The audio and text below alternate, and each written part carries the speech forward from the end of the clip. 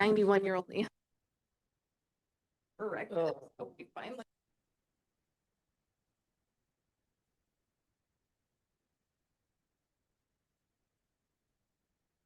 One of the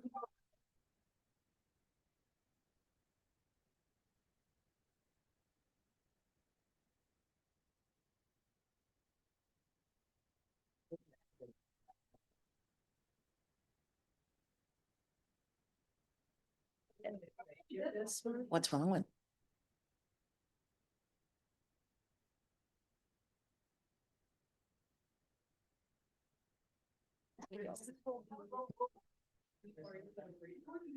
Yes, we went.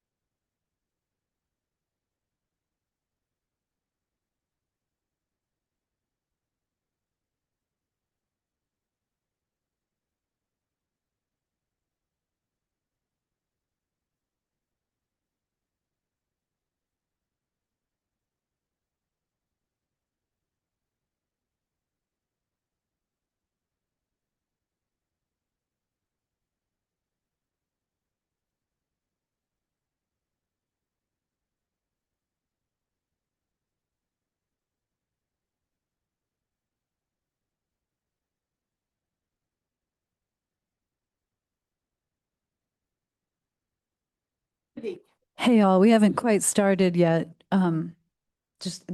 Folks on the Zoom asking if we've started.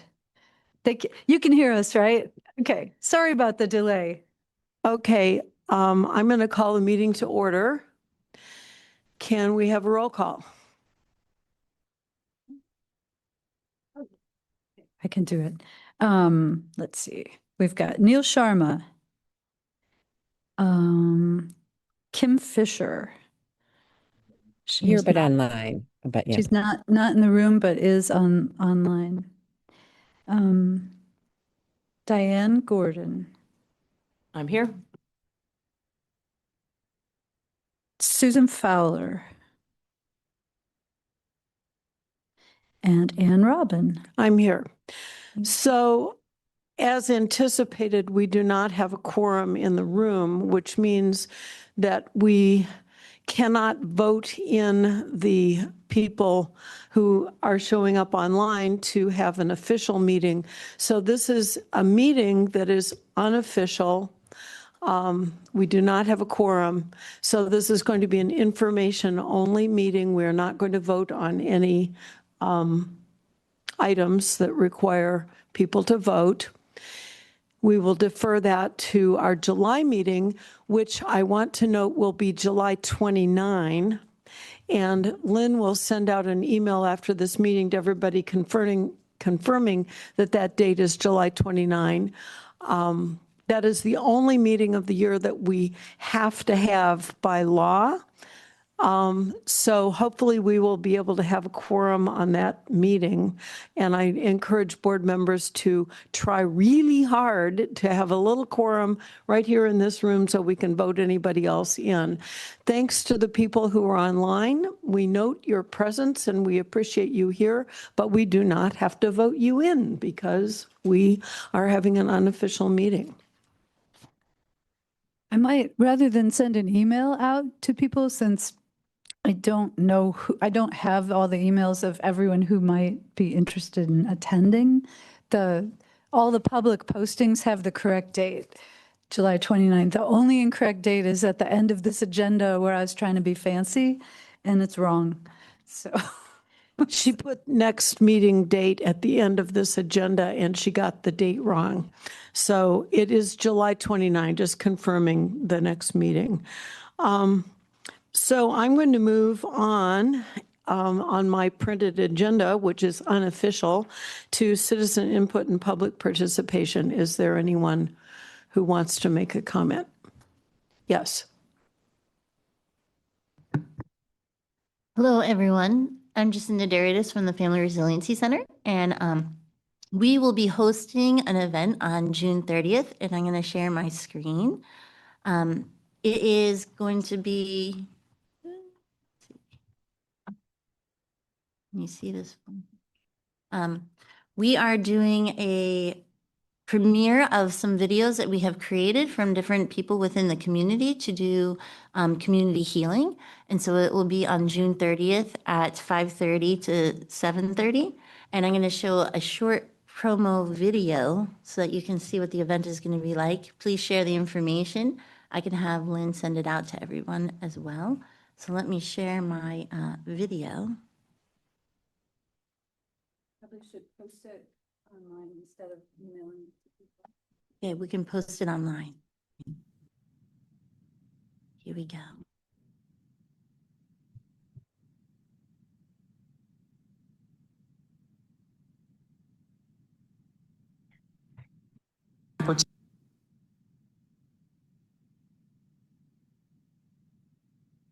Opportunity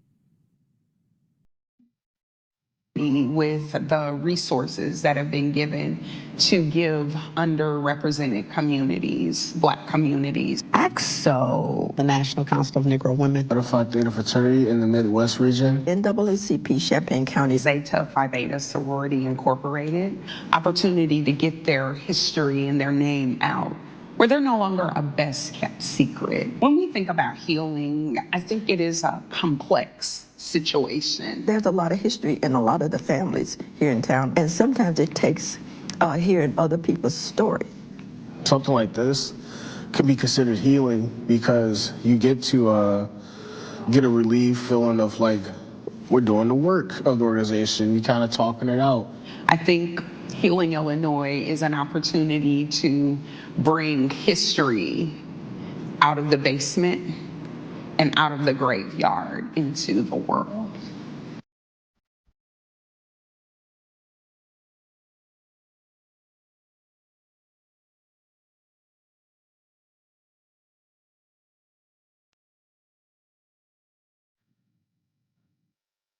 So Nate Underland created videos. There'll be 6 videos that will be presented in discussion. There'll also be dinner and childcare. So if people have children, they can bring them and be rest assured they'll be taken care of while they can watch the videos and have a conversation about how to heal in our community. So thank you. Could you repeat again the time and the venue so that we can get that down clearly? I saw it flash by, but it was a little fast. Yes, so it's going to be Tuesday, June 30th.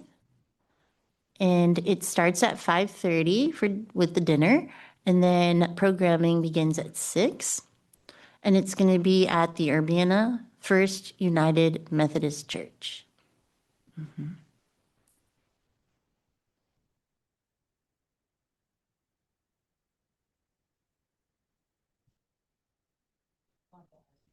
It'd be great so we can get a count for food, and they can RSVP at Chandra, SHANDRA, at ccmhb.org.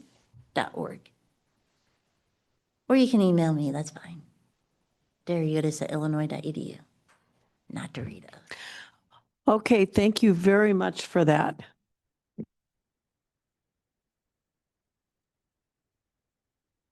Are there any other public participation, citizen input?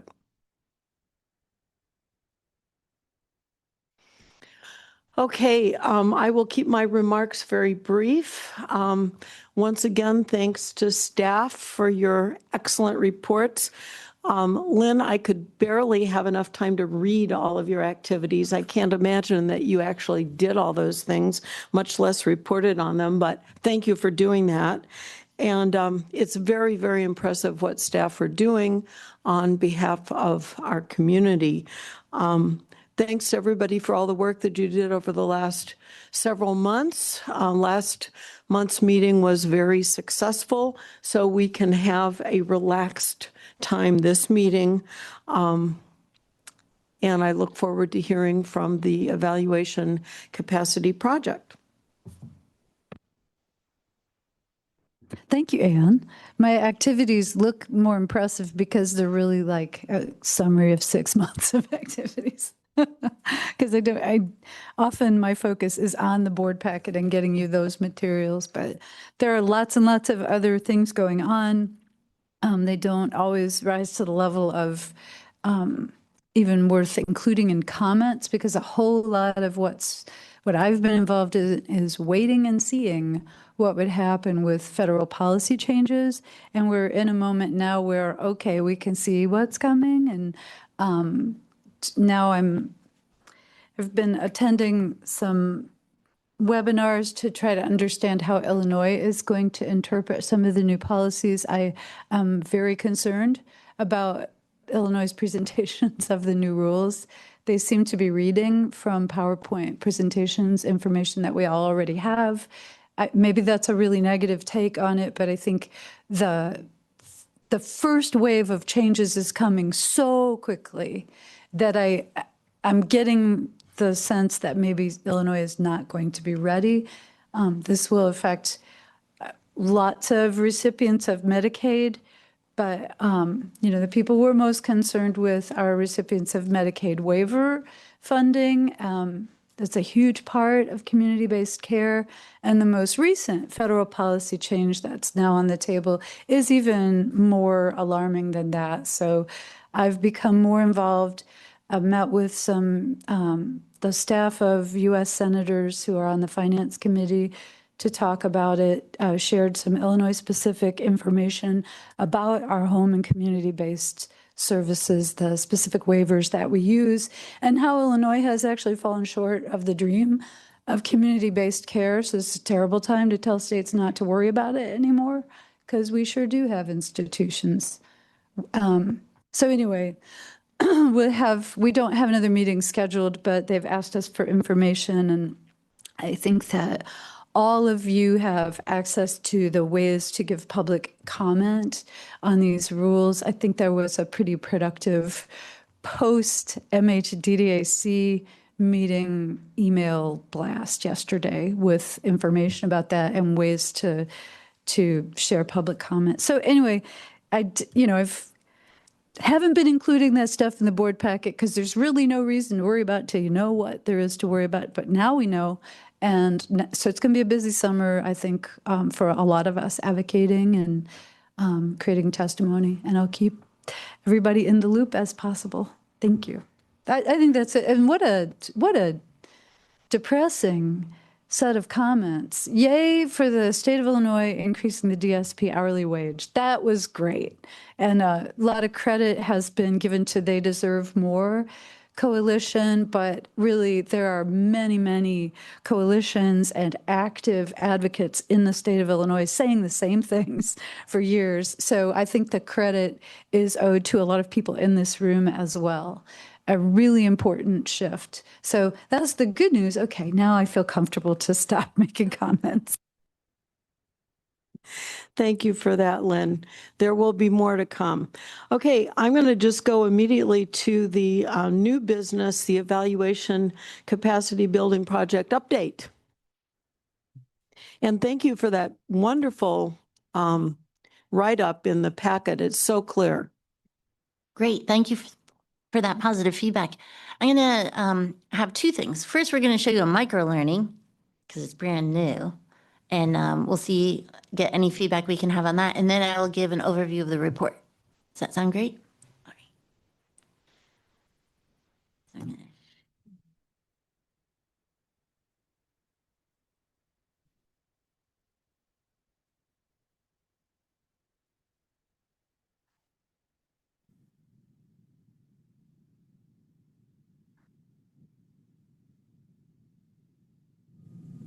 Today, we're going to talk about using Microsoft and Google Forms as tools to collect your program's data. And so this microlearning is appropriate for agencies that might not have access to an expensive survey platform, or for agencies where people in charge of evaluation are out providing direct services and don't spend as much time at their computers. As a quick disclaimer, the Family Resiliency Center is not affiliated with Google or Microsoft. We just think these are useful tools for agencies to use. Before we get started, I want to share a little bit about survey data collection. Surveys can help us answer questions like, are people satisfied with the quality of services? To what extent is the programming achieving its target goals? How do people describe their experience with the program? Standalone survey software such as Qualtrics or RedCap can be really expensive and sometimes difficult to learn how to use. Your team may opt to use paper surveys instead, but this may mean that a staff member needs to create a database and hand enter data. This can be capacity limited and introduce an added hiccup of incorrectly entering data. Google and Microsoft Forms offer a free and relatively user-friendly option to collect data and review the data all in one place. This microlearning walks through programming a survey in each platform. We're going to discuss Microsoft Forms first. So if your team uses Google, you can fast forward through this part. So first, we need to get to the site. You can type in forms.microsoft.com and log in with your Microsoft credentials. If you use Outlook with your agency, it's likely the same username and password combination. At the top of the screen, you should see a clickable icon that says New Form. This is the main interface you will use to create your survey. On the top of the screen, you will see Untitled Form. You can click there to add in your own survey title. Next, you may want to create an introduction to the survey for the person meant to complete the survey. To do this, you can click in the field below the title to write this text. It might say, Dear Agency Program Participant, we need your feedback about this program, and whatever other information you think is important for them to know, such as how long it might take or that their response won't influence their ability to get services. Now we're ready to start adding our questions. You may use the Quick Start With feature to add your first question. You'll see options including choice, text, rating, date, ranking, Likert, upload file, net promoter score, and section. Options we see used a lot include choice, text, and Likert, so we'll share a little bit about that here. You can also use the PDF tutorials that were created to go with this video. Choice provides a list of responses for the respondent to choose from. You can also click the multiple answers button and specify check all that apply in your question. This may be appropriate for race and ethnicity questions, for example. The next option is text. Text allows for someone to type their own words. This option is good for open-ended questions. For example, you could ask, what are some ways our team could improve the program? And then finally, Likert questions let people respond to statements on a scale. So for example, rate how much you agree with the following statement, where 1 means strongly disagree and 5 is strongly agree. Another feature that Microsoft Forms includes is branching. This means that participants will be directed to a different section based on how they answer a question. For example, you could add different sections for new and existing participants. In this example, you could ask someone if they are a new or existing participant, and based on how they respond, the survey will take them to the appropriate section. You can access this function when you click on the question box and click on the 3 dots in the bottom right corner. This feature may not work for every type of question. And then once you've finished programming the survey, you can preview your work. To do this, click on the preview button at the top right of the screen. This lets you see what the recipient will see, and you can edit accordingly. And depending on your goals for the survey, you may also want to edit survey settings. You can see your options by clicking on the settings button at the top right of the form next to the gear icon. This lets you decide settings like who can respond, whether you want people to be able to respond twice, and if you want to be notified about surveys being completed. Once you're happy with the questions and settings, you can collect responses. To start this step, click on Collect Responses at the top right of the screen. Here you will also have the opportunity to make setting decisions. You can either share a link, add someone's name, download a QR code, or copy an HTML tag for embedding the survey into your website. Now you're ready to collect survey data using Microsoft Forms. Let's do the same process using Google Forms. First, we need to get to the site. You can type in forms.google.com and log in with your Google credentials. If you use Google with your agency, it's likely the same username and password combination. At the top of the screen, you should see a clickable icon that says Blank Form, so go ahead and click on that. This is the main interface you will use to create your survey. On the top of the screen, you will see Untitled Form. You can click there to add in your own survey title. Next, you may want to create an introduction to the survey for the person meant to complete the survey. To do this, you can click in the field below the title that says Form Description to write this text. It might say, Dear Agency Program Participant, we need your feedback about the program, and whatever other information you think is important for them to know, such as how long it might take or that their responses won't influence their ability to get services. And now we're ready to start adding questions. When you click on the first question, it may have automatically created a multiple choice option, but you can change this by clicking the menu in the top right of the question box. You'll see options such as short answer, paragraph, multiple choice, checkboxes, drop-down, file upload, linear scale, rating, multiple choice grid, checkbox grid, date, and time.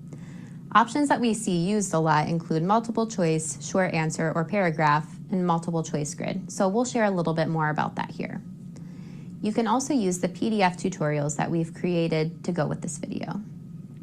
Multiple choice provides a list of responses for the respondent to choose from. You can also click the multiple answers button and specify check all that apply in your question. This may be appropriate for race and ethnicity questions, for example. Short answer or paragraph allow for someone to type their own words. This option is good for open-ended questions. For example, you could ask, what are some ways our team could improve the program? Multiple choice grid questions let people respond to statements on a scale. For example, rate how much you agree with the following statement, where 1 is strongly disagree and 5 is strongly agree. I'll show you briefly how this works. In the rows, you enter your statements, and in your columns, you enter your response options. When you go to add a new question, you'll see that this turns into a grid. Another feature that Google Forms offers is something called Go to Section Based on Answer. This means that participants will be directed to a different section based on how they answer a question. For example, you could add different sections for new and existing participants. In this example, you could ask someone if they are a new or existing participant, and based on how they respond, the survey takes them to the appropriate section. You can access this function when you click on the question box and click on the 3 dots in the bottom right corner. This feature may not work for every type of question. Once you've finished programming the survey, you can preview your work. To do this, click on the button that looks like an eye at the top right of the screen. This lets you see what the recipient will see, and you can edit accordingly. Depending on your goals for the survey, you may also want to edit survey settings. You can see your options by clicking on the Settings button at the top center of the form. This lets you decide settings like whether to collect email addresses or limiting each participant to 1 response. Once you're happy with the questions and settings, you can collect responses. To start this step, publish your survey at the top right of the screen. Once it's published, you'll have the option to manage who can respond and copy the link to share with participants. Now you're ready to collect survey data using Google Forms. Once you start collecting survey data, you will be able to monitor the responses using these same systems so everything is in one place. And as a reminder, you can access possible survey measures accessible on Google Drive. Thanks for watching.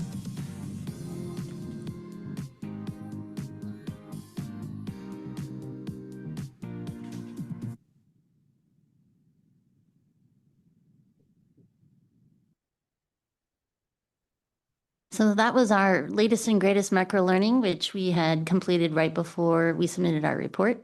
And we actually had a in-person session yesterday where we went through evaluation plans, and we had 25 people attending.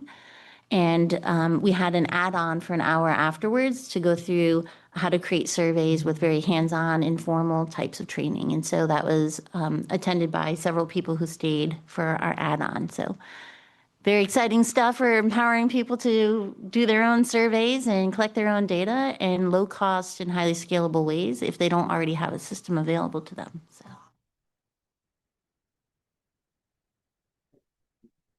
Do you want to turn your microphone on? I have a question.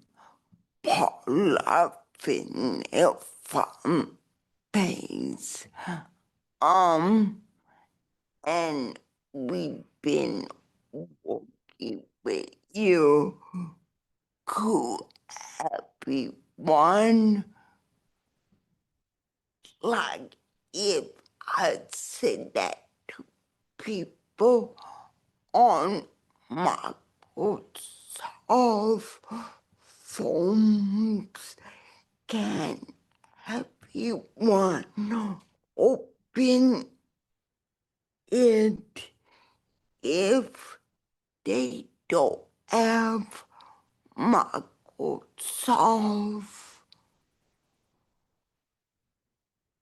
So if you send it to people to complete, they can complete the survey. They don't, but if they want to program their own survey, they should have access to Microsoft. And then if they don't, they can use Google Forms instead if they have a Google account, which is free to everyone. So that if I don't use Google Forms, because everyone can do that. So the question is, should everyone use Google Forms because everyone can get a free account? I would say I'm not going to endorse. No, I mean, if you send that to someone that don't have Microsoft, can they do that in Microsoft Forms? Yeah, so the question is if someone doesn't have a Microsoft account, can they still complete the survey? And the answer is yes. So anyone that you send it out to doesn't have to have a Microsoft Exchange or that type of email to answer your form. Okay. The only thing that's required is if you were to go program a survey in, you need access to Microsoft to do it in Microsoft Forms because you have to sign in. Yeah. Action.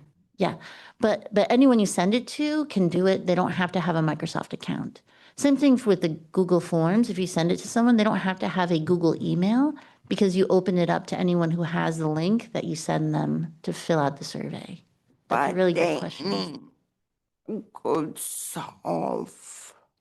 They don't need Microsoft to complete the actual survey, and they don't need a Google account to complete the actual survey. But you, as part of Okay. PACE, programming it in, Yeah. need to either have a Google email to do Google Yeah. Forms or a Microsoft email to do Microsoft Forms. Yeah, Okay. Thank you. absolutely.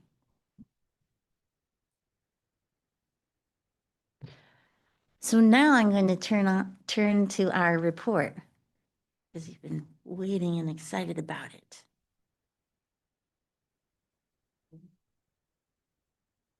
Also, I should say, because I probably have forgotten, happy hump day, everybody. It is Wednesday. I know you were waiting. I didn't want to say it immediately, just keeping you on your toes, okay? Maybe you forgot today was Wednesday. But so no, we're super excited to come and talk about the empowerment and participatory approaches to building agency evaluation capacity project. Just to let you know, you're getting the first presentation, not just because you come earlier on the day on Wednesday, but because the Mental Health Board is not meeting this evening. So they have to wait a whole month and a couple of weeks for this. Can you believe it? But they can watch the video online in advance when it's posted. So we're very excited to give our third year report. This year, we're really talking about equipping programs through in-person and on-demand support. So we've been really revving that up. First, we'd like to give some gratitude and appreciation to agency staff and leaders, working group members who've given a lot of feedback before we've actually finalized these tools, but also have given feedback way in advance in helping us plan these to make sure that they are relevant and they're emerging in the needs of agencies and staff. And board members and staff for all of your support and funding to make this work happen. Our programs participating in our technical assistance. So this year we had 3 of them, and I'll talk about that. And then also, of course, the funding that we have received.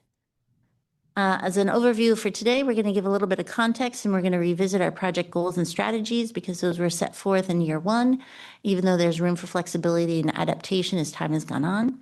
We're going to revisit those takeaways from year 1 and then also summarize our year 3 activities and then talk about our next steps for year 4. So in terms of our context, the overarching goal, just as a reminder, is to build that evaluation capacity for the agencies, the staff, as well as the board in terms of using participatory and empowerment evaluation approaches. And that's a lot of jargon, so don't worry, I'll go through and explain what that actually is. But really trying to build that capacity so that one doesn't have to outsource it, because we know that these agencies and staff are doing a lot, wearing a lot of hats, and don't have a lot of funding to be outsourcing this to independent evaluators and firms.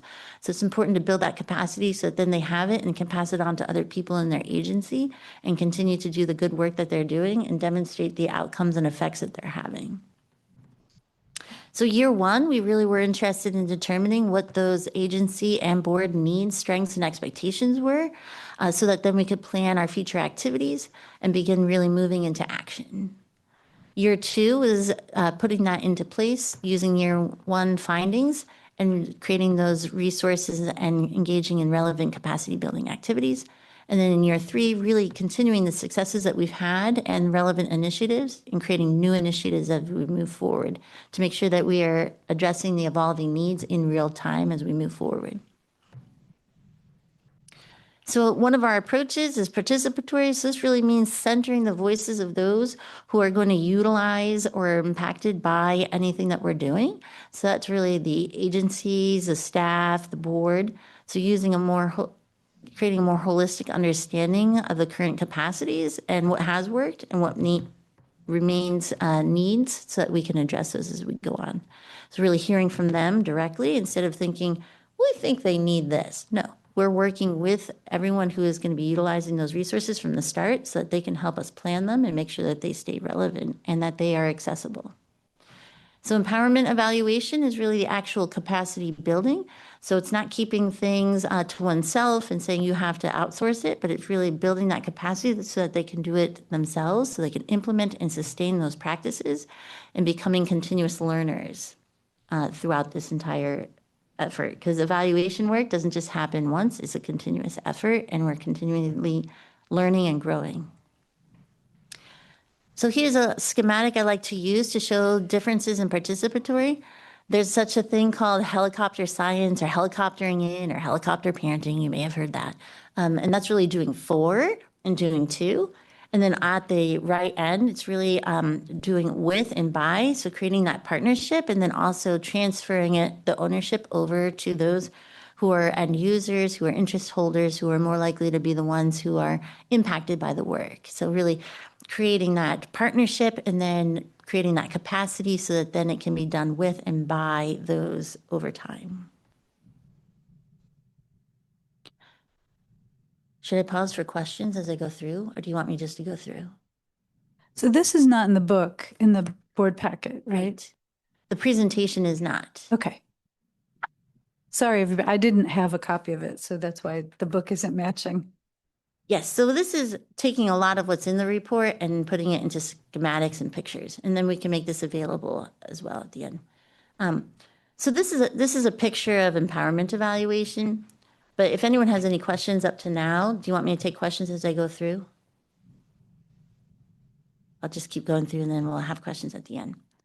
So this is a picture of empowerment evaluation, and it talks about different ways of empowering or building that capacity. And so for this project, we do all 4 of these. We create tools, we create trainings, we do technical assistance, and we do quality improvement and quality assurance.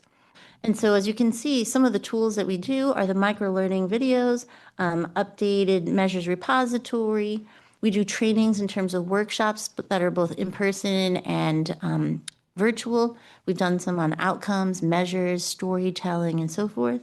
We do technical assistance that's working intensively one-on-one with an agency and their staff for one of their programs. And then we also do quality improvement and quality assurance, which is using the working groups, utilizing them, coming to the board meetings, having check-ins with the board staff to make sure that what we're doing is on target, or if we need to shift or pivot as we're going along. In year 1, we had the needs assessment. We heard from 76 different perspectives, and that's where we identified different needs of the agencies and staff. And then we worked from there to create our year 2 activities and then also our year 3 activities. Some takeaways from year 1 were that board members and agencies wanted to be heard. So that participatory approach that we have is really important to make sure that we're hearing from them about their needs and the action plans. The resources that they wanted was knowledge, improvement of efficiencies, and storytelling. And they wanted to work together and moving towards a community of practice and having open communication. So year 3 is a continuation of some of our activities from year 2. So this slide has both year 2 and year 3. So that technical assistance, the tailored support for specific programs, and we change the program and agency that we provide technical assistance to in most years so that we can spread the love and work with different agencies and programs. Sometimes we may choose with the board staff in helping us to identify those programs. We may have a continuation if there's a program that needs additional support as we move forward. Our working group has this cross-agency mentoring and rapid feedback to us about what we're doing, if it's relevant, if we should stop doing something that we're doing, if we should start doing something that we're not doing. The trainings and resources, so that capacity building materials that we provide freely available on our website as well, and our in-person trainings. And then our open communication and informal support.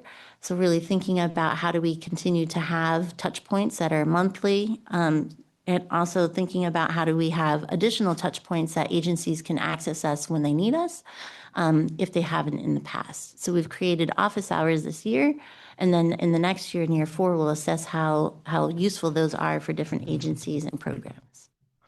So in terms of our technical assistance in year 3, we have 3 programs that we identified and we supported. They were less experienced in evaluation than our year 2 agencies. So that was really great to see that we are reaching those who are really in need and may not have had as much evaluation in their past. And they've been wonderful to work with, and we are continuing to work with them through the summer. We've improved their understanding through logic models, through survey development, and through administering surveys.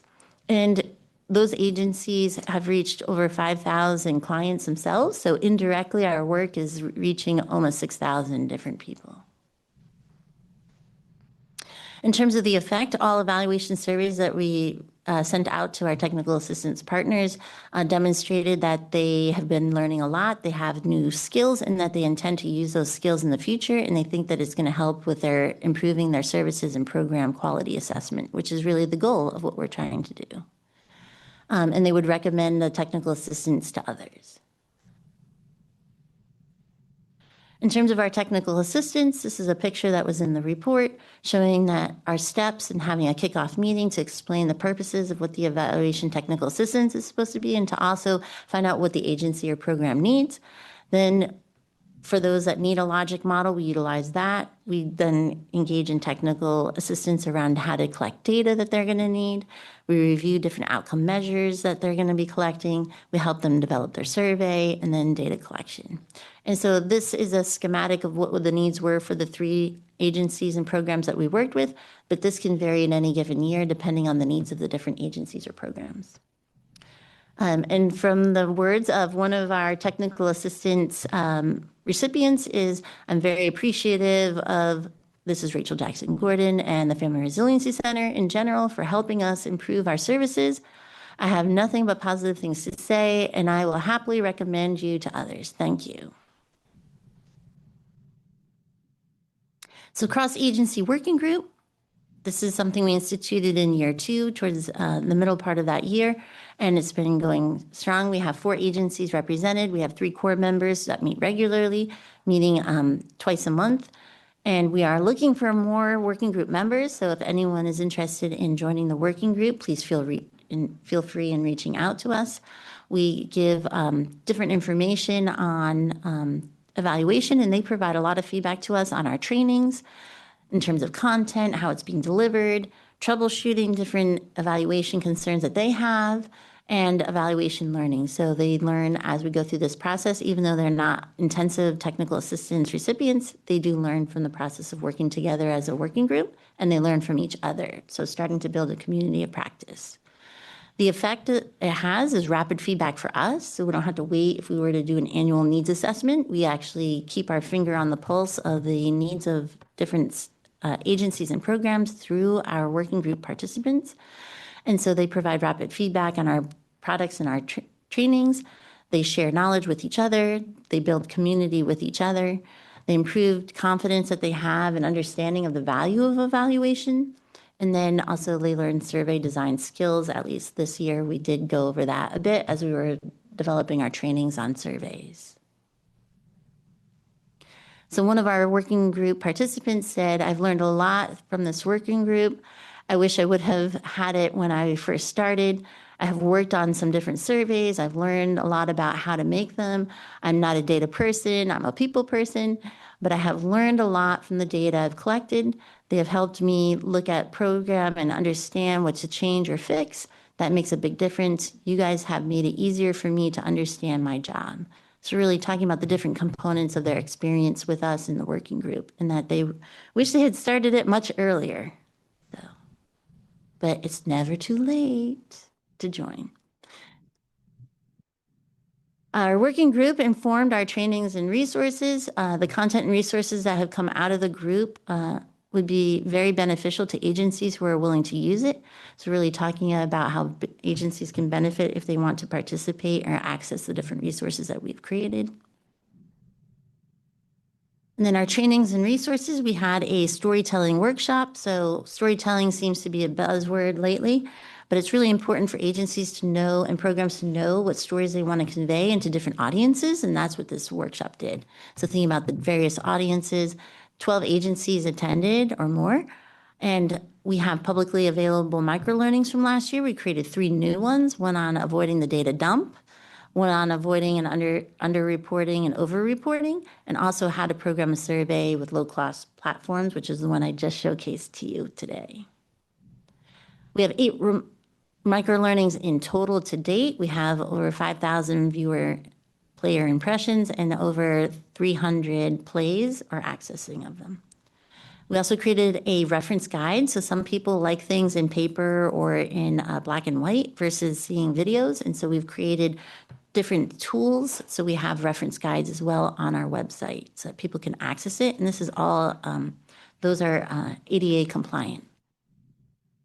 So what's the effect of all of this work? These are resources that are broadly shared across funded agencies and to other agencies that are not funded because they're freely available on our websites, and they can be accessed anytime, anywhere, except for our in-person or virtual trainings. But for those trainings, we typically build them off of or utilize our microlearning so that those can be resources, whether one can attend our training or not. And we also have office hours so that if somebody couldn't attend one of our trainings and they have questions on that topic, they can always reach out to us. So here's an image. I know the text is a bit small. On the bottom, it just is a listing out of each one of our micro learnings. And for each one of these graphs, so the one on the left has two columns. The first one was for year 2 about our player impressions. And you can see it gets almost to 2,000, but by year 3, we're up to almost 5,000. So we have increased in each one of the categories for each one of our microlearnings. So more and more people are giving impressions about it. And we've also increased the number of microlearnings, but it's certainly outpaced what we had seen in year 2. So word's getting out, keep spreading it, right? And in the column, in the figure to the right, these are actual plays, and it demonstrates that the plays have also increased from year 2 to year 3 and have increased for each one of the microlearnings, and we've also added the additional 3. And the additional 3, so the one number 8, was done really late. So the fact that it was accessed by so many so quickly is really encouraging. So to give a testimonial to our microlearnings, we had Susan Fowler who came out and said, I just love what you're doing. I taught research methodology for years at the university, and I would have very much benefited from some of these short micro lessons. People get so distracted by how and what to report, and we have really distilled it into a humorous as well as a cogent summary. So most of our microlearnings have some humor in them because, that helps with paying attention. They're very short though. They're 3 to 5 minutes, except for the one I showed you today. That was 10 minutes, but you could fast forward if you didn't want to use one versus the other. So we're keeping them short as much as we can. So for open communication and informal support, we come to monthly meetings for the boards because we really want to be in the know and also give back information of what we're currently working on. So if there's anything that we need to course correct or anything we need to think about moving forward, that we can do that in a timely fashion. We work with the board staff every month as well to be as a litmus test for that and get their insights and wisdom. We have offered office hours, and this is no one has taken us up on office hours. Can you believe that? But so yesterday we collected a survey to find out what might be some barriers to office hour access. And it might be someone works at 10 o'clock or 12 o'clock at night, and it's really hard to access us at that time. Or it could be we don't know what we don't know. Or it could be we're just so busy because we have so many hats going on. So we're teasing that out to see what we can do to modify that. And we're also getting the word out more and more. So I'll actually pass out later some information that we've shared publicly available to say how to access our office hours so that everyone knows how to reach us. So the effect of our communication is increased cross-communication, and our annual report offers accountability for what we're doing and understanding of the evaluation team activities. So that's also important. And it is ADA compliant, so we're happy about that to make sure that anything and everything that we're doing is accessible. Our next steps for year 4 is to identify funded programs for technical assistance for next year.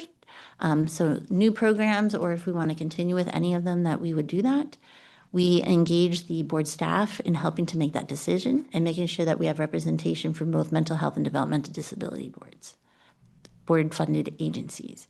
We're developing new trainings all the time, so we're really listening to what people need and want. And in the future, we're probably going to do one on data visualizations, because who doesn't want to know how to visualize their data in ways that are better than what they've done before? Maybe. I hear some buzz. Want some interest in that. But we're always open to suggestions, so please let us know or join our working group, and then you can give us the inside scoop there. evolving working group, so into a community of practice. So it's not only us sharing information and them sharing information with us, but actually the group working in and of itself with each other to create that community of practice that then can soar on its own over time. And then assessing our office hours and how those work over time for the next year. So for specific and quick needs. So if anyone has a quick question about evaluation, they can always reach out to us. And that is my presentation. Questions, comments, concerns? Just raise your hand if you want to ask a question. Diane? Thank you very much. That was great information. I'm sort of new here. Yeah. And so my question is basically when you say funded groups, I'm assuming that's people who are getting grants through the DD board. Are there opportunities for groups that maybe we weren't able to fund this year, or groups that haven't asked for funding to participate that are supporting the disability community? So it's any mental health and developmental disability board funded agencies and programs that have access to our technical assistance and so forth. Our hope is that when we think about going into year 5, that we can start to build that into it, because when we wrote our proposal, that was not built into it. But I think it's a lovely idea and it's been brought up by others. And remember too, all of our resources are freely accessible to anybody. And so we spend a lot of time in creating those so that they'll be on demand and available for anyone, because not everyone can come to our in-person or virtual workshops too. So we really try to put a lot of investment into that. And even people who are not funded or even remotely involved with the mental health or developmental disability board funded agencies and programs can access those. And so other agencies have been spreading the word about those, and it's gone well beyond the state of Illinois too. So please help continue to spread the word. But if somebody has a major question, they can always reach out to us. You know, our office hours, they can come and do some office hours. And when those get so overwhelming, then we can make any decisions. But we're open collaborators. Perfect. Thank you. Yeah. I was told that both Kim and Susan online have their hands raised. Susan, you want to go first? Thank you. I just want to reiterate how fabulous I think this investment has been by the board to support the participatory model of evaluation. It's such a valuable resource, I think, for our agencies to participate in, and the quality of the micro learnings, I think, have just been outstanding. So I'm very, very happy, and I'm hoping that the 300 plays means that those are more than just 300 individuals that have played the recordings of the micro learnings, because I think, again, they have great potential to be of value to many agencies. So if you could explain a little bit more what the 300 plays of the second graph, I think, that was presented, I would appreciate it. But good job. Great. Yeah, so the fact that we have over 5,000 impressions suggests it's meeting a lot more people than 300 plays. And so the 300 plays, I believe, are unique plays. So sometimes people will go and look at it again and again and again, and it's not capturing that. So sometimes the impressions too can be things of different components of the actual video, and not just did you like it or not, right? So the plays are going to be, the impressions are going to be higher than the number of people who have been accessing it. But I'm not an IT person per se, and Nate's the one who generated that figure. But I can ask him, because they're different. So YouTube does things differently than others, and it's not all accessible. Let me rephrase that. Not all of them are the YouTube metrics. So we didn't have metrics necessarily from the very, very start of them, and that started later. So I think more people have accessed it versus 300 or so people. So I can give you a better answer in August as well. So that's great. Thanks so much.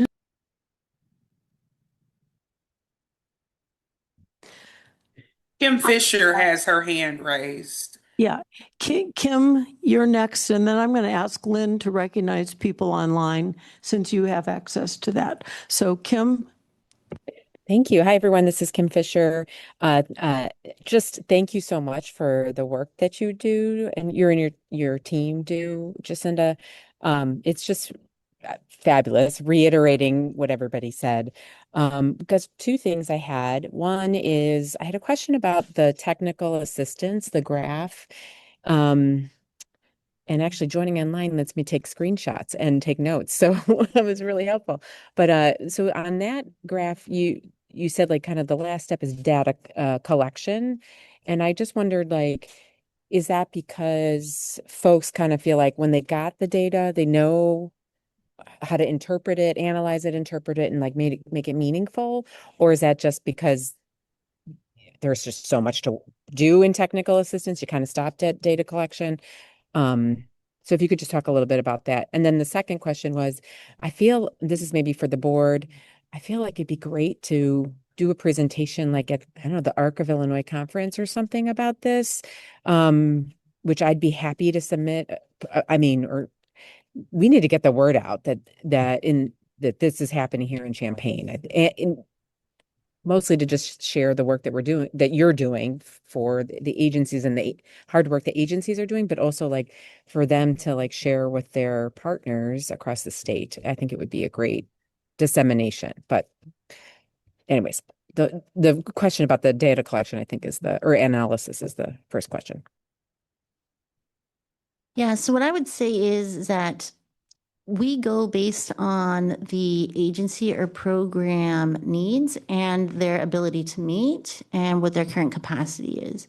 And so sometimes in a full year, getting through all the way through data collection and analysis and so forth is just too much for the agencies because we're building up the capacity, let's say, of the other steps in advance, like creating a logic model, how to create your evaluation questions, what measures you're going to be using. And so being able to meet with them consistently over the course of the year, giving them soak time so that they can process what we've learned from a previous meeting, revisiting the logic models and their questions and the measures takes a lot of time. So the fact that they even get to collecting their own data is actually a huge investment and a huge amount of their time and learning that's occurred, that getting them through the whole data analysis and so forth would probably need an additional year to move into all of that and how to analyze the data and how to process it and how to visualize it, how to disseminate it and how to implement it and work on it.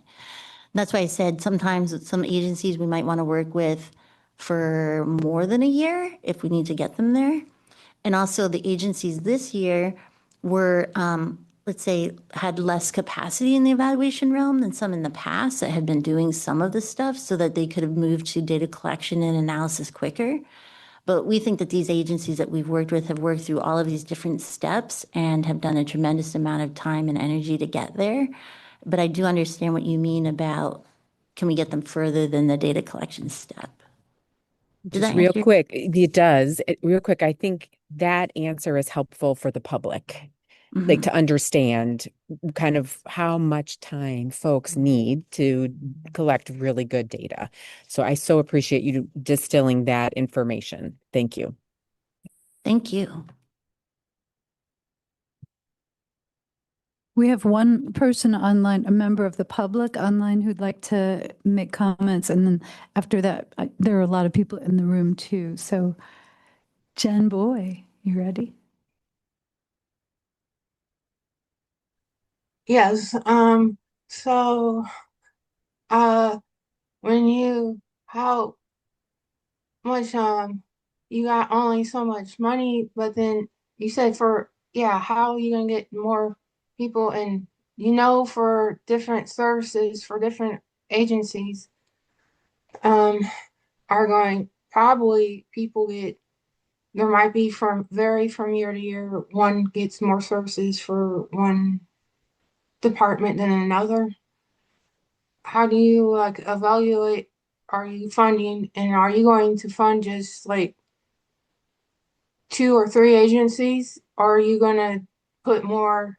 Because like I've noticed like a lot of the money's going to for like two. Are you gonna get more agencies to help with people with disability more? But then you can't fund like, I don't see it how it could fund like two full agencies, or you would have to do split half the agencies, not fully fund all of them, and split them into, if you're going to fund more than just two or three, if you only got so much money. And where are you going to get extra money? And that's where I doubt, but I don't see where the extra money, and if you're going to do more agencies, then would you have to cut back on some services for some agencies to make room for others? That's the question I would have for the board. If you only are not going to get any more money, then how are you going to make room for more agencies if you don't cut back for some? Jen, this is Lynn. I'm going to answer your question because this is not related to the presentation and it is more a question for the board, but I'll tell you, it is exactly as you're presenting. It's a math problem. You have X amount of money, you have a certain amount of money. It doesn't grow according to what people need and want. It grows according to property taxes in this county. So we're very limited at exactly as you've said. So if you wanted to discuss this further with us or have a discussion with the board or with a particular board member, we could do that at a different time. I think you emailed about this and we responded. So maybe if you want to get back to the email with our staff, myself and Kim Bowdry, it would be, you're exactly right. We can't fund everything because we only have a certain amount of money. So it's divided up in the ways that according to like how well things match with the rules, how well they match with what people are looking for, that type of thing. But it is a very important topic. So it's just not what the evaluators are in charge of. So they probably fund everything. So the evaluating, when you do the surveys, do you get it and base the funding on what department and agencies? Do you look at that and also the agencies? And are you doing that? Or if they get a ton of people coming, or maybe because there's so many people hurting for money now. I mean, I can imagine a lot of agencies just rolling in, and like, how are you going to fund all of them? I think you're right. But it is a separate topic and the evaluation team works on things to help the agencies. So I don't think we can really talk about this much further right now. If that's all right with you, we should talk about the evaluation. Okay. Great. So what I'll say in closing is that any and all of the agencies that have been funded have been touched by the evaluation project in one way, shape, or form, and can access any of the resources we have and can provide us with any insights into some things that they would need moving forward, and we continue to do that. And the whole point of the evaluation capacity building project is that agencies and programs get better at understanding what they need to demonstrate the effects and impacts of their program and what they need to have improvement for the clients that they're serving. And so, like I said, even if we had 3 technical assistant agencies, it seems like a small number, but reaching almost 6,000 people and clients that they have with that is huge. And that's not even accounting for those who have access to their microlearnings and our in-person trainings. So we really appreciate the board seeing the wisdom and the value of this type of work and how many agencies and potential clients that we are continuing to impact, whether it's directly or indirectly. So I think the money is being used really well and going to great things. And we look forward to continuing to have another year, and hopefully more than that, in building that capacity so that the agencies can get the word out of what they're doing and also they can continue to improve their services as they move forward. Thank you so much for that. I just have a couple of comments of my own. First of all, the handout that you gave is excellent. The presentation is excellent. And I was struck by the clarity of the presentation, but also it looks to me that you are applying your principles of evaluation to yourselves, and you're just giving us a little demonstration of how that works and how it can be presented. So I got that, and it's good. And then there are two comments that came up a couple of times during the presentation that I just want to highlight.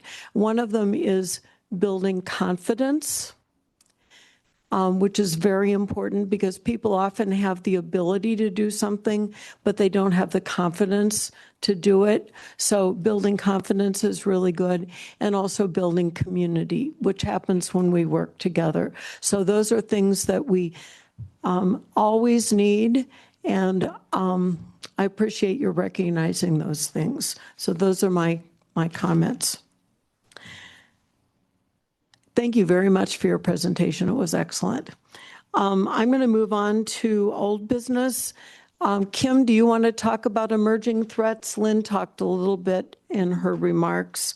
I don't want to have a long discussion because it is 10 o'clock, and I told people we'd have a relatively short meeting, but this is an informational meeting, and I don't want to cut this out. Hi, everyone. This is Kim. Thank you. Thank you, Ann. I will be very short. So thank you, Lynn. I don't have much beyond what Lynn said, except for the two things I was going to mention were the threat to Olmsted, which I think is kind of discussion that Lynn was getting at. So there are several take action items that folks can do through the ARC of the US. I think Access Living, many different advocacy agencies have kind of, fill out this form and contact your legislator about that. And the second thing is the work that's being done to move the Department of or Special Education out of the Department of Education into Health and Human Services, which would just destroy access to inclusive education opportunities and really be very difficult to fight civil rights violations. So the Council for Exceptional Children, which is a national organization in special education, has another quick, really easy form fill out, and it directly emails to our representatives. I know that recently Nikki Baczynski has a nephew with Down syndrome, so she's posted about it, but call her, go to her. I just, these two things, as well as the HCBS, I mean, all of it is very linked. So, and recently there's been some reporting about who's behind this federal work. So I would encourage folks to read up on that. So that's all I'll say. Any other comments? Okay, I'm going to move on. Oh, Susan, you had your hand raised. I cannot see the virtual hand raise. So Lynn, if there's a virtual hand raise, you just chime in. Yeah, sorry. I just wanted to really emphasize what Kim said about the movement of OSEP, the Office of Special Ed Programs, to Health and Human Services. The intention is really to completely disassemble 50 years of very careful work and legislation to ensure that all children with disabilities have free, appropriate public education. I mean, the bottom line is that if disabilities are moved into a medical model, then we start to lose the ability to guarantee that all kids with special needs have access to education. And for those of us who started teaching prior to 1975, we remember that kids with disabilities were not attending school, or if they were attending, they were not getting many services. So this is just an incredibly diabolical plan to go around the legislation and to remove what has been for 50 years a guarantee of services. And it is, there's also a call-in day in which you can call in to Congress and speak to senators or congressional representatives and protest. There was a similar event that happened during the Reagan administration about 40 years ago, and there were thousands and thousands and thousands of phone calls that shut down the actual ability to it just shut down the phone system at the Capitol, and that was sufficient, along with the thousands of letters that were sent back before emails were available, to stop the process of disassembling. So this is not the first time it's happened, but it is the most deleterious and devious way that it's happened. So I think it really is important for people to speak up and to send emails and to phone call. It's really a disaster in the making. And if you take away services for children birth to 18, what's going to happen for young adults and older adults? It'll be gone too. So this is really threatening. Thank you. Do you have that phone number for the Capitol? Is that for all of Congress that you said? Is there a particular one that speaks to all of Congress, or do you just say just to your representative You in can call Congress? you can call you can ask information actually to call the Capitol phone line for the Senate or the House, and they will give you the number. I don't have it in front of me. I certainly have emails from CEC that provide it. And I can send it to Lynn if she needs it to send out or to post. Yeah, that would be helpful. Sure, I can do that. The issue for me with sending out emails is that I can't send them to the whole public. So, you know what I mean? Like and we don't really have a page. It probably would be inappropriate for us also as a government entity to do anything that looks like lobbying. So I don't have that information myself, but Jen, if you want me to help you figure it out, we can do that. Okay? You and me? Okay. Yeah. All right. Is there anyone else, Lynn, that's online?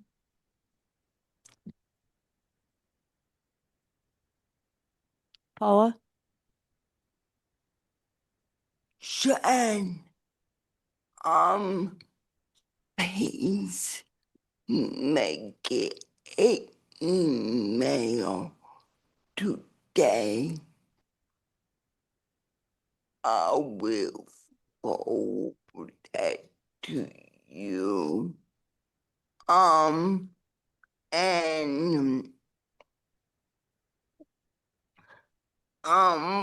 go to date myself. I was born in says so.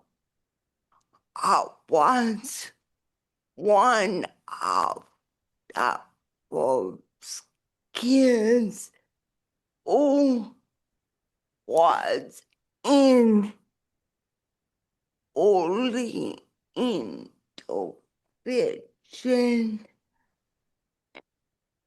I got what says so the see show that it's very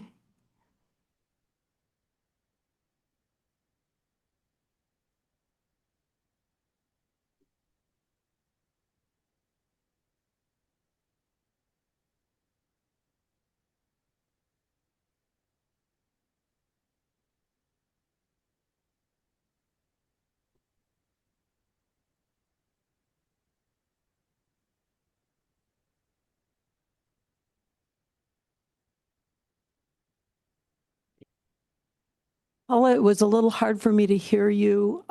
You turned your microphone off and now you've turned it on again. Your microphone is now on. oh. So turn it off, unless you want to talk. Were you asking a question at the beginning of your comments? Okay, and I appreciate your comments, and I know you are a person who benefited from public education, and look how well you're doing, and you're a great role model. Thank you.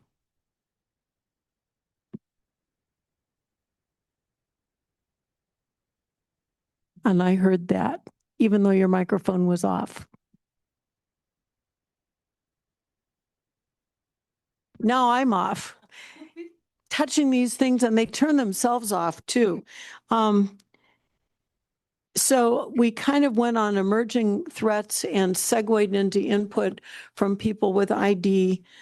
Is there any other input that we should have at this time? Lynn, do you see anything online? Then I'm going to ask Susan to do an update on Engage Illinois.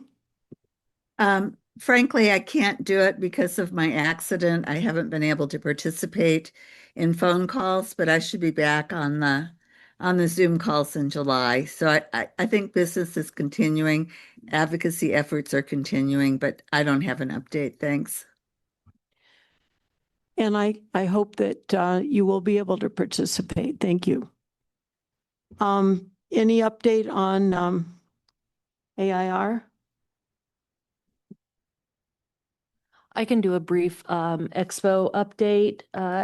In early June, I dropped off expo resource books with the Disability Services Program at the Champaign County Regional Planning Commission and at Community Choices.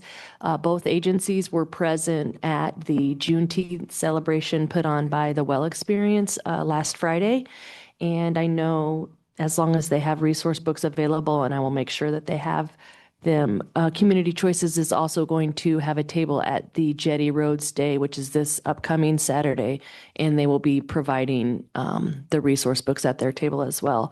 So Expo is still out there. We're still spreading the word through all of these other agencies and other community resource events. So Expo is still moving along in that regard. Thank you. I've had this is actually in my staff report. I have had a little bit of, we just don't have anything put together for this year or next year for Expo or Air events, but it's really feels so important to keep doing the community awareness piece. And I also feel like it's very difficult for the organizations that we fund to do the work we're funding them for and collaborate in every possible collaboration that there is. So there are all these practical issues around it.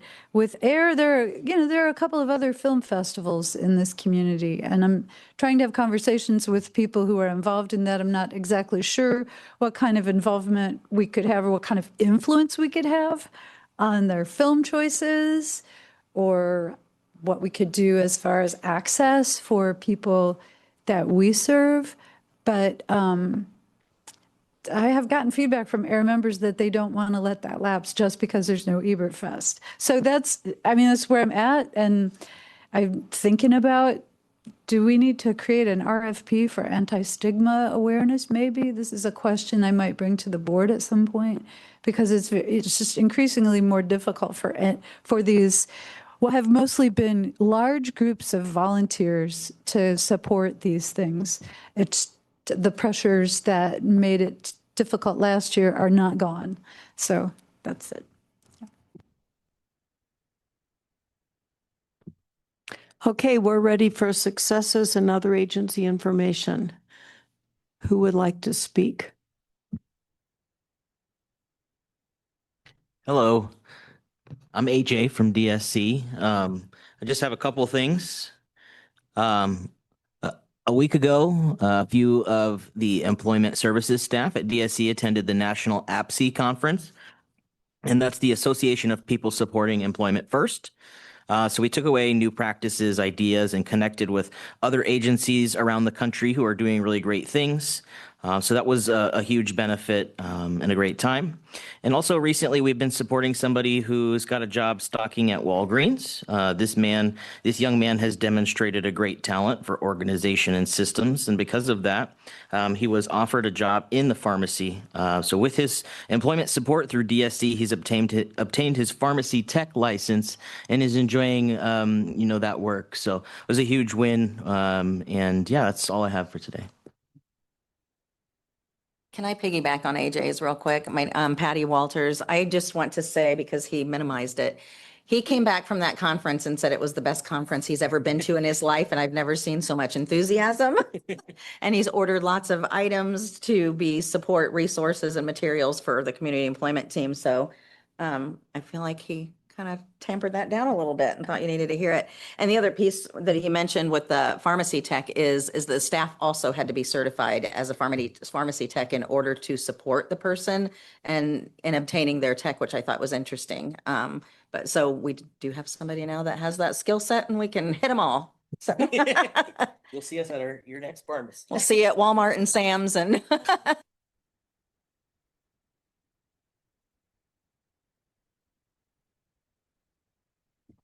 Angela Yost has her hand up online.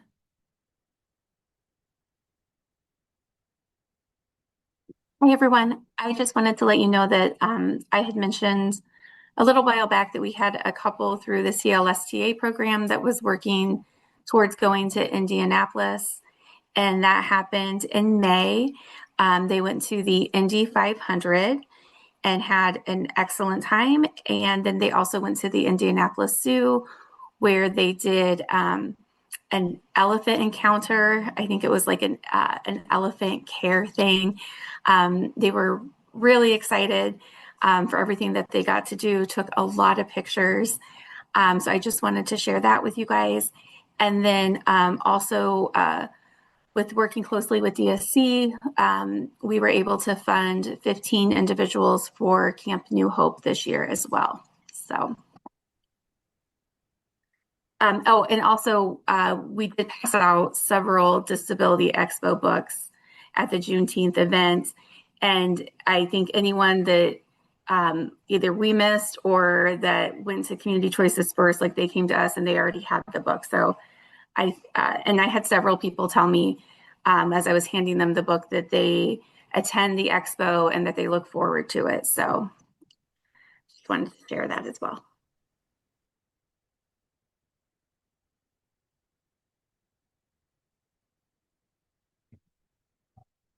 Paula, turn your microphone on. Yeah. I just want to say, we've been working with the family. We so really listen,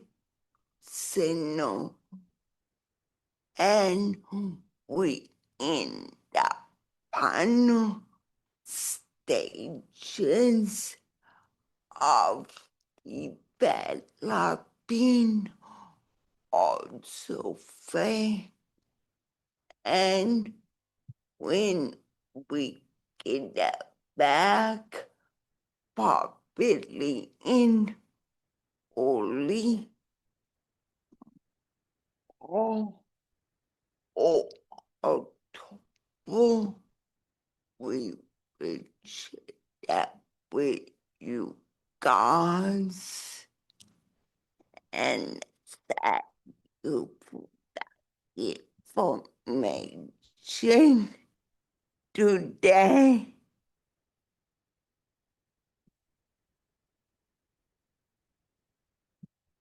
That stupid microphone turned itself off. I don't know what's going on. Okay, thank you for that, Paula. Any other comments? Okay, I think county board input. Good morning, all. I have no input for today, but appreciate the information that you've passed on.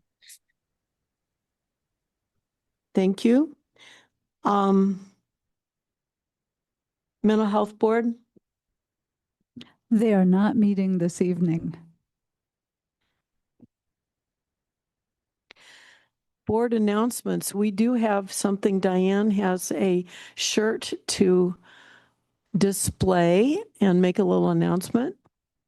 So I'm going to talk a little bit about DSC again. AJ is over there, and this is actually for you to take back with you. This I've been working with, I had the great pleasure of meeting Christina Woolley, who is, her son and my daughter are on the same Special Olympics team. So we've been getting to know each other over the last few years. And we've talked a little bit about some of the stuff they do at the Crow. And over the last several months, probably since just before Christmas, we started talking about setting up something called a sublimation station for them to take their crafting and artistry to a new level. And yesterday we got that set up for them. And we created the first item, they created the first item. So this is original artwork from one of the participants of the program named Lucas, I believe, or Luke. And so this is his original artwork pressed onto a t-shirt that he can fully, take out into the community and sell as an entrepreneur. It was so much fun to watch it all come to pass over the last several months. And I'm thrilled to be part of that. And great job, AJ. I'm very excited about what you guys are doing over at the Crow. So thank you.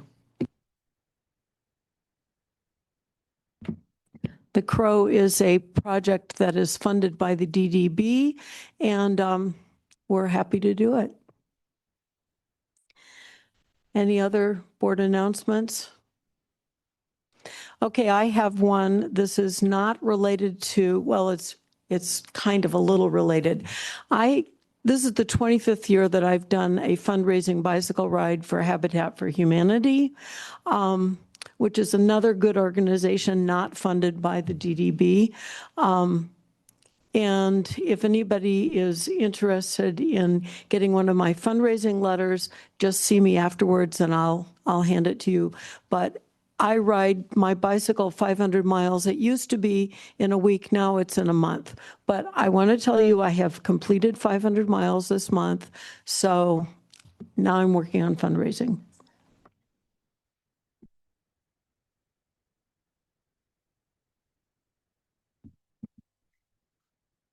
One more announcement. The next board meeting is not July 22nd. It's July 29. Just sorry about that. Thanks for that correction, Lynn. Okay, so we'll hope to see everyone July 29 at 9 a.m. in person if possible. Everyone have a very good month. Watch out for bad weather. Meeting is adjourned.